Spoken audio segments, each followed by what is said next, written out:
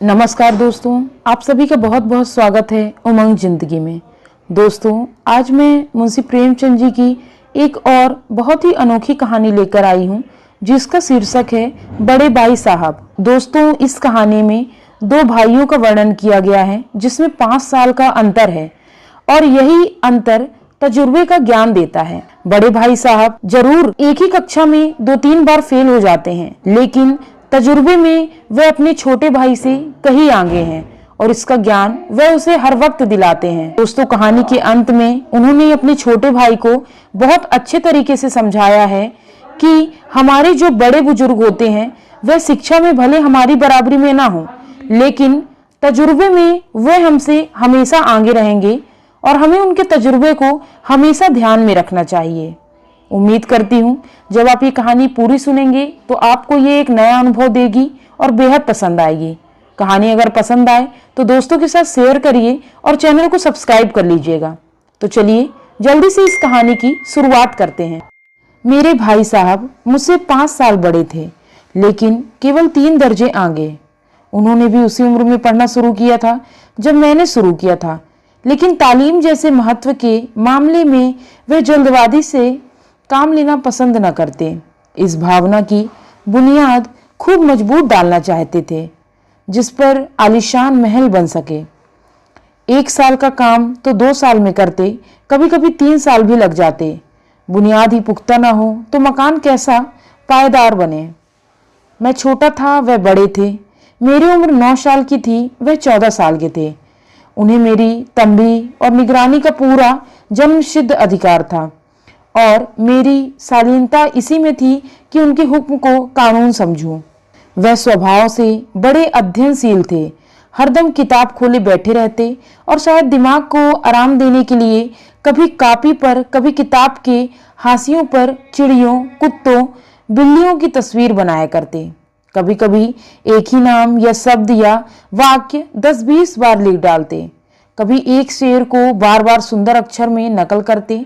कभी ऐसी शब्द रचना करते जिसमें ना कोई अर्थ होता ना कोई सामंजस्य। मसलन एक बार उनकी कॉपी पर मैंने यह इबारत देखी, स्पेशल अमीना, भाइयों भाइयों, दरअसल भाई भाई, राधे श्याम, श्रीयुत राधे श्याम।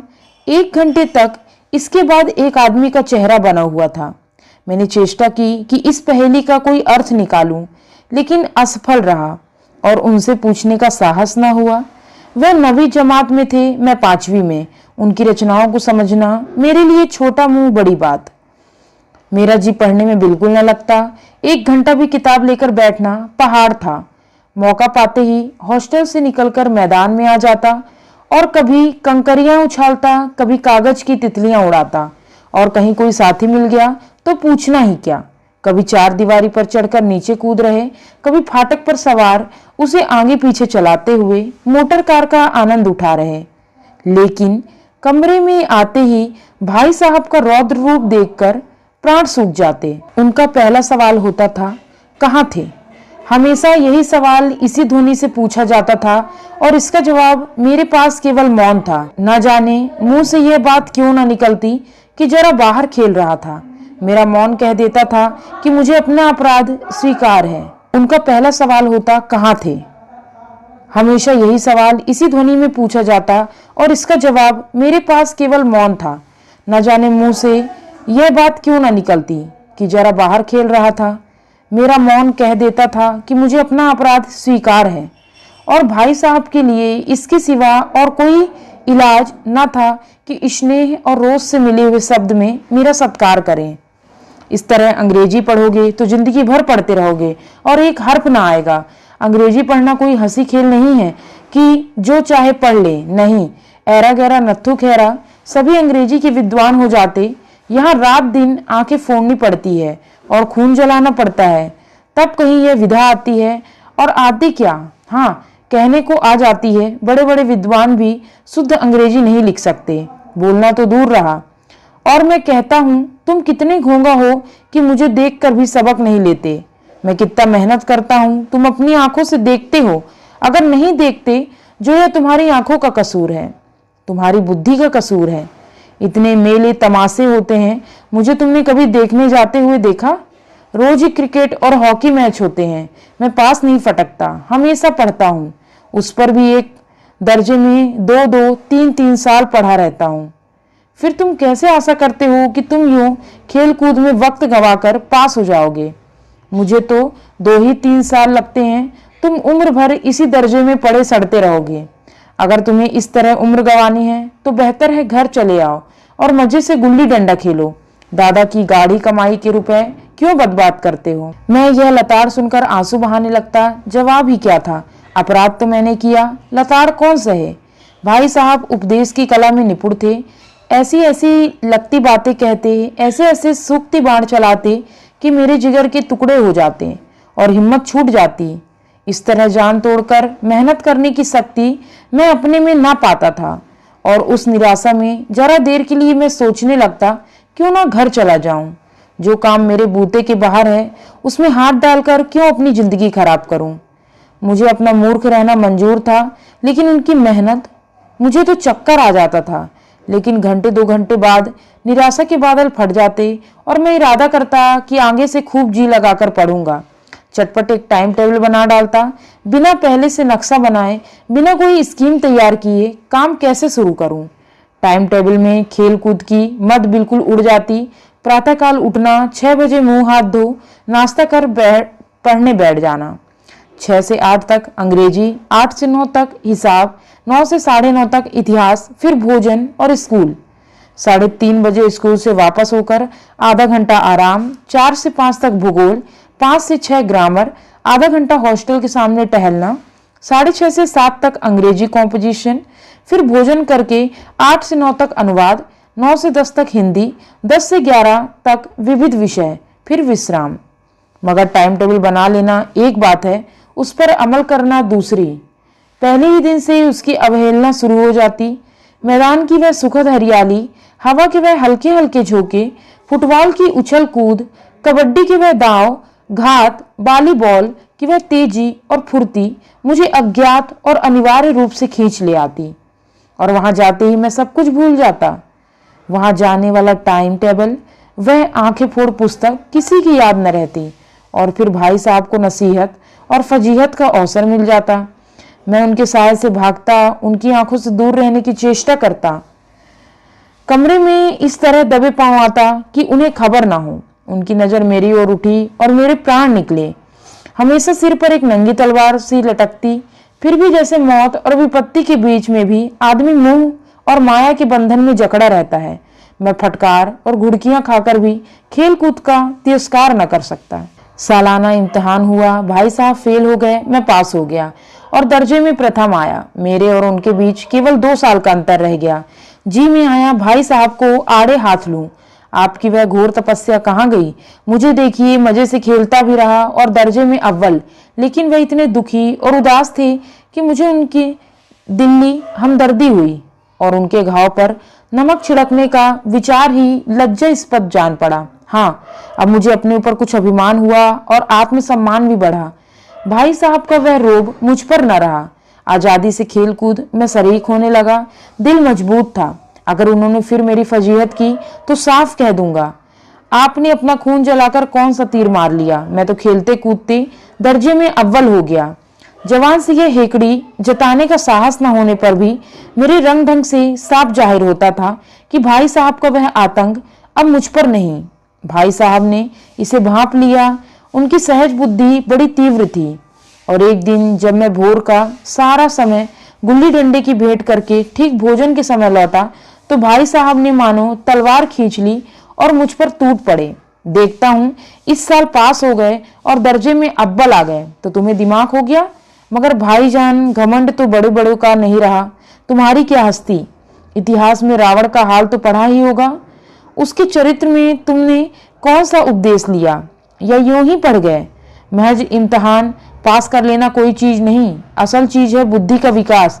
जो कुछ पढ़ो उसका अभिप्राय समझो। रावण भूमंडल का स्वामी था, ऐसे राजाओं चक्रवर्ती कहते थे। आजकल अंग्रेजों के राज्य का विस्तार बहुत बढ़ा हुआ है, पर इन्हें चक्रवर्ती नहीं कह सकते। संसार में अनेकों राष्ट्र अंग्रेजों का आधिपत्य स्वीकार नहीं करते। बिल्कुल स्वाधीन है। रावण चक्रवर्ती राजा था। संसार के सभी महीप उसे कर देते थे। बड़े बड़े देवता उसकी गुलामी करते थे। आग और पानी के देवता भी उसके दास थे। मगर उसका अंत क्या हुआ? घमंड ने उसका निशान तक मिटा दिया। कोई उसे एक चिल्लू पानी देने वाला भी न बचा। आदमी जो कुकर्म चाहे करे पर अभिमान न करे, इतराए नहीं। अभिमान किया तो दीन दुनिया से गया। शैतान का हाल भी पढ़ा ही होगा। उसे यह अभिमान हुआ था कि ईश्वर का उससे बढ़कर सच्चा भक्त कोई है ही नहीं। अंत में यह हुआ कि स्वर्ग से नरक में ढकेल दिया गया। सोहेरूम ने भी एक बार अहंकार किया, भीख मांग मांग कर मर गया। तुमने तो अभी केवल एक दर्जा पास किया है और अभी से तुम्हारे सिर फिर गया, तब तो तुम आगे बढ़ चुके। यह समझ लो कि तुम अपनी मेहनत से नहीं पास हुए। अंधे के हाथ बटेर लग गई, मगर बटेर केवल एक बार हाथ लग सकती है, बार बार नहीं। कभी कभी गुल्ली डंडे में भी आधा चोट निशान पड़ जाता है, उससे कोई सफल खिलाड़ी नहीं हो जाता। सफल खिलाड़ी वह है जिसका कोई निशाना खाली न जाए। मेरे फेल होने पर ना जाओ। मेरे दर्जे में आओगे तो दांतों पसीना आएगा। जब अलजबरा और ज्योमेट्री के लोहे के चने चबाने पड़े और इंग्लिस्तान का इतिहास पढ़ना पड़ेगा। बादशाहों के नाम याद रखना आसान नहीं। 8 हेनरी ही गुजरे। कौन सा कांड किस हेनरी के समय हुआ, क्या यह याद कर लेना आसान समझते हो? हेनरी 7वें की जगह हेनरी 8वां लिखा और सब नंबर गायब। सफा चट, सिफर भी न मिलेगा। सिफर भी हो किस ख्याल में? दर्जनों तो जेम्स हुए, दर्जनों विलियम, कौड़ियों चार्ल्स। दिमाग चक्कर खाने लगता है, आंधी रोग हो जाता है। इन बागों के नाम भी ना जुड़ते। एक ही नाम के पीछे दोयम, शोयम, चाहरुम, पंजुम लगाते चले गए। मुझले पूछते तो 10 लाख नाम बता देते।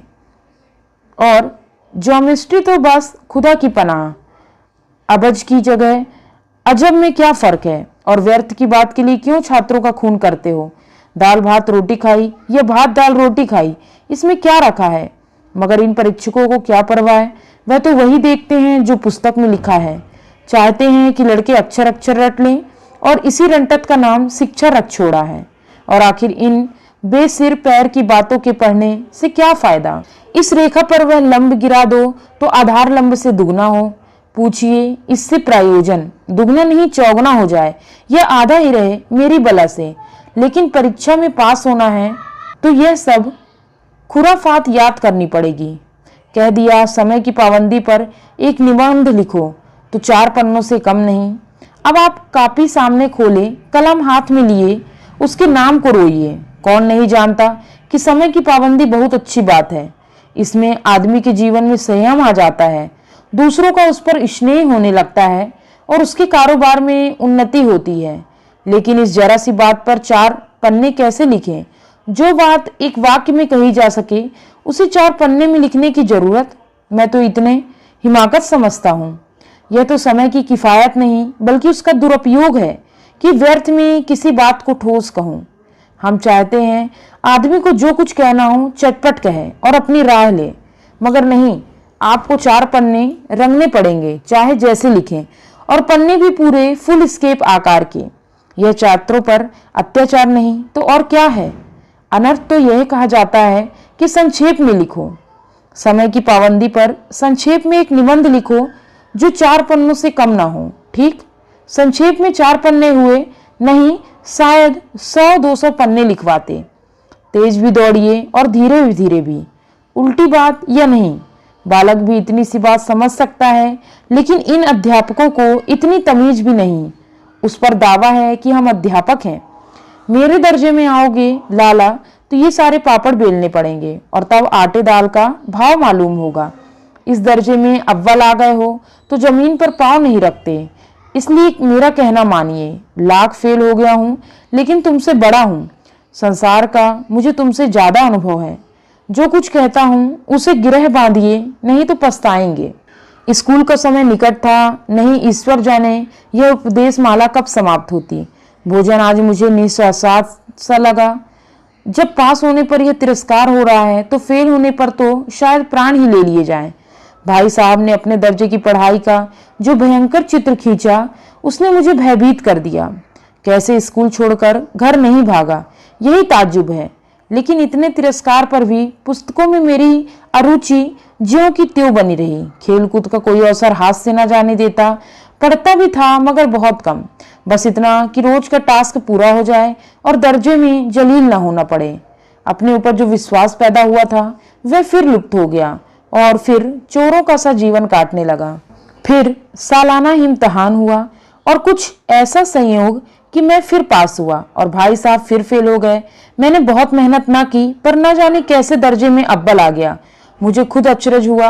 भाई साहब ने प्राणांतक परिश्रम किया, कोर्स का एक एक शब्द चाट गए। 10 बजे रात तक, इधर 4 बजे भोर से उभर 6 से 9:30 तक स्कूल जाने के पहले मुद्रा कांतिहीन हो गई थी, मगर बेचारे फेल हो गए।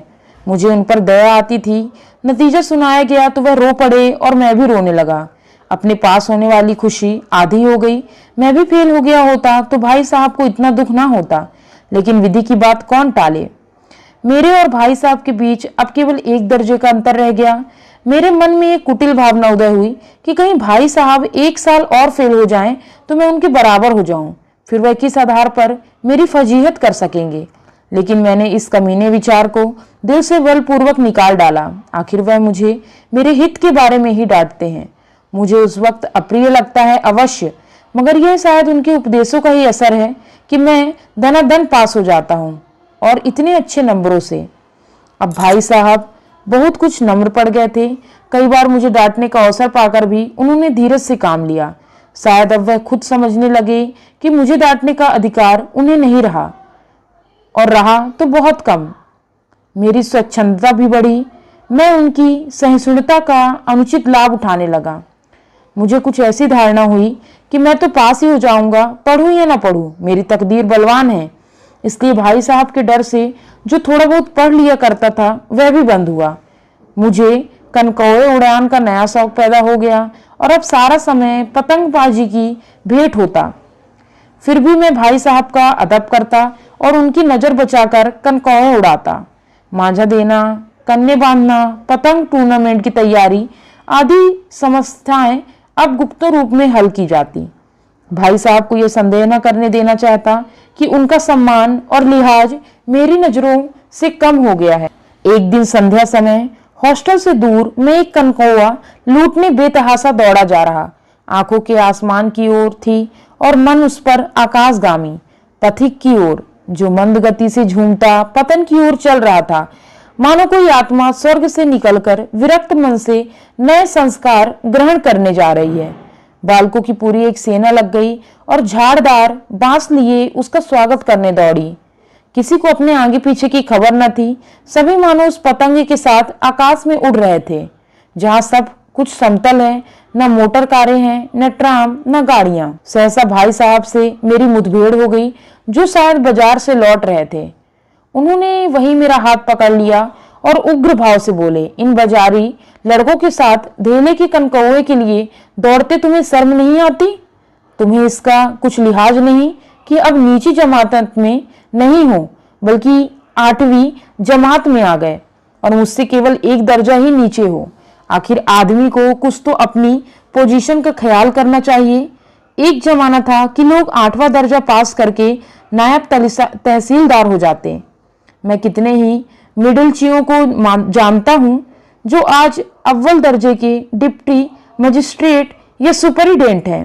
कितने ही 8वीं जमात वाले हमारे लीडर समाचार पत्रों के संपादक हैं। बड़े बड़े विद्वान उनकी मातहती में काम करते हैं और तुम उसी 8वें दर्जे में आकर बाजारी लड़कों के साथ कनकौए के लिए दौड़ रहे हो। मुझे तुम्हारी इस कमकली पर दुख होता है। तुम जहीन हो, इसमें शक नहीं, लेकिन वह जेहन किस काम का जो हमारे आत्म गौरव की हत्या कर डाले। तुम अपने दिल में समझते होगे मैं भाई साहब से महज 1 दर्जा नीचे हूं और अब उन्हें मुझको कुछ कहने का हक नहीं, लेकिन यह तुम्हारी गलती है। मैं तुमसे 5 साल बड़ा हूं और चाहे आज तुम मेरी ही जमात में आ जाओ और परीक्षकों का यही हाल हो तो निसंदेह अगले साल तुम मेरे समकक्ष हो जाओगे और शायद 1 साल बाद तुम मुझसे आगे निकल जाओ। लेकिन मुझ में और तुम में जो 5 साल का अंतर है उसे तुम क्या खुदा भी नहीं मिटा सकता। मैं तुमसे 5 साल बड़ा हूं और हमेशा रहूंगा। मुझे दुनिया का और जिंदगी का जो तजुर्बा है तुम उसकी बराबरी नहीं कर सकते। तुम MAD, फिल और DLIT ही क्यों ना हो जाओ। समझ किताबें पढ़ने से नहीं आती। हमारी अम्मा ने कोई दर्जा पास नहीं किया और दादा भी शायद 5वीं 6ठी जमात के आगे नहीं गए, लेकिन हम दोनों चाहे सारी दुनिया की विद्या पढ़ लें, अम्मा और दादा को हमें समझाने और सुधारने का अधिकार हमेशा रहेगा। केवल इसलिए नहीं कि वे हमारे जन्मदाता हैं, बल्कि इसलिए कि उन्हें दुनिया का हमसे ज्यादा तजुर्बा है और रहेगा। अमेरिका में किस तरह की राज्य व्यवस्था है और 8वें हेनरी ने कितने विवाह किए और आकाश में कितने नक्षत्र हैं, ये बात चाहे उन्हें ना मालूम हो, लेकिन हजारों ऐसी बातें हैं जिनका ज्ञान उन्हें हमसे और तुमसे ज्यादा है। दैव ना करें आज मैं बीमार हो जाऊं तो तुम्हारे हाथ पांव फूल जाएंगे। दादा को तार देने के सिवा तुम्हें और कुछ न सूझेगा, लेकिन तुम्हारी जगह पर दादा हो तो किसी को न तार दें, न घबराएं, न बदहवास हो। पहले खुद मरज पहचान कर इलाज करेंगे, उसमें सफल ना हुए तो किसी डॉक्टर को बुलाएंगे। बीमारी तो खैर बड़ी चीज है, हम तुम तो इतना भी नहीं जानते कि महीने भर का खर्च महीने भर कैसे चले। जो कुछ दादा भेजते हैं उसे हम 20-22 तक खर्च कर डालते हैं और पैसे पैसे को मोहताज हो जाते हैं। नाश्ता बंद हो जाता है, धोबी और नाई से मुंह चुराने लगते हैं। लेकिन जितना आज हम और तुम खर्च कर रहे हैं उसके आधे में दादा ने अपनी उम्र का बड़ा भाग इज्जत और नेकनामी के साथ निभाया और एक कुटुंब का पालन किया जिसमें सब मिलाकर 9 आदमी थे। अपने हेडमास्टर साहब को ही देखो, MA है कि नहीं, और यहाँ के MA नहीं, ऑक्सफोर्ड के 1000 रुपये पाते हैं, लेकिन उनके घर इंतजाम कौन करता है? उनकी बूढ़ी माँ। हेडमास्टर साहब की डिग्री यहाँ आकर बेकार हो गई। पहले खुद घर का इंतजाम करते थे, खर्च पूरा न पड़ता था, कर्जदार रहते थे। जब से उनकी माताजी ने प्रबंध अपने हाथ में लिया, घर में जैसे ही लक्ष्मी आ गई। तो भाईजान, यह गुरूर दिल से निकाल डालो कि तुम मेरे समीप आ गए हो और अब स्वतंत्र हो। मेरे देखते तुम बेराह नहीं चल पाओगे। अगर तुम यूं ना मानोगे तो मैं थप्पड़ दिखाकर इसका प्रयोग भी कर सकता हूँ। मैं जानता हूँ तुम्हें मेरी बातें जहर लग रही हैं। मैं उनकी इस नई युक्ति में नतमस्तक हो गया। मुझे आज सचमुच अपनी लघुता का अनुभव हुआ और भाई साहब के प्रति मेरे मन में श्रद्धा उत्पन्न हुई। मैंने सजल आंखों से कहा, हरगिज नहीं, आप जो कुछ फरमा रहे हैं वह बिल्कुल सच है और आपको कहने का अधिकार है। भाई साहब ने मुझे गले लगा लिया और बोले, मैं कनकौवे उड़ाने को मना नहीं करता, मेरा भी जी ललचाता है, लेकिन क्या करूं? खुद बेराह न चलूं तो तुम्हारी रक्षा कैसे करूं? यह कर्तव्य भी तो मेरे सिर है। संयोग से उसी वक्त एक कटा हुआ कनकौवा हमारे ऊपर से गुजरा। उसकी डोर लटक रही थी। लड़कों का एक गोल पीछे पीछे दौड़ा चला आता था। भाई साहब लंबे हैं, उछलकर उसकी डोर पकड़ ली और बेतहासा हॉस्टल की तरफ दौड़े। मैं पीछे पीछे दौड़ रहा था। उम्मीद करती हूँ दोस्तों यह 2 भाइयों की कहानी आपको बेहद पसंद आई होगी। मिलती हूँ अगली कहानी में, तब तक के लिए जय हिंद, वंदे मातरम।